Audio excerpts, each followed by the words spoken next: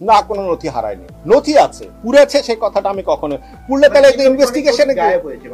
না না ডিবি অফিসে অনেক গায়েবের প্রশ্ন, গায়েব শব্দটা আমি ব্যবহার করিনি। জিনিসটা হচ্ছে ডিবির অনেক অফিসার চেঞ্জ হয়ে গেছে, নথি আছে কিন্তু পুরানা জিনিস, এটা যেটা আপনাকে একটা জিনিস বুঝতে হবে যে পুরানা জিনিস এভিডেন্স, একটা ছোড়া যদি মার্ডারের একটা ছোড়াও যদি আপনি এখানে রেখে দেন এত 14 বছর পরে, এটা তো জং ধরে। জিবি এবং র্যাব দুটোই তদন্ত করছিল। র্যাব তখন এসে তখন আমরা যেখানে এটা 5ই আগস্টের পরে এটা আমরা কোর্টের যে আদেশ চেয়েছিলাম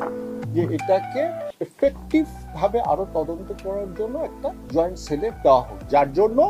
হাইকোর্ট ডিভিশন যে অর্ডারটা দিয়েছে সেটা হচ্ছে let the investigation in connection with Sherebangla Nagar PS case number so and so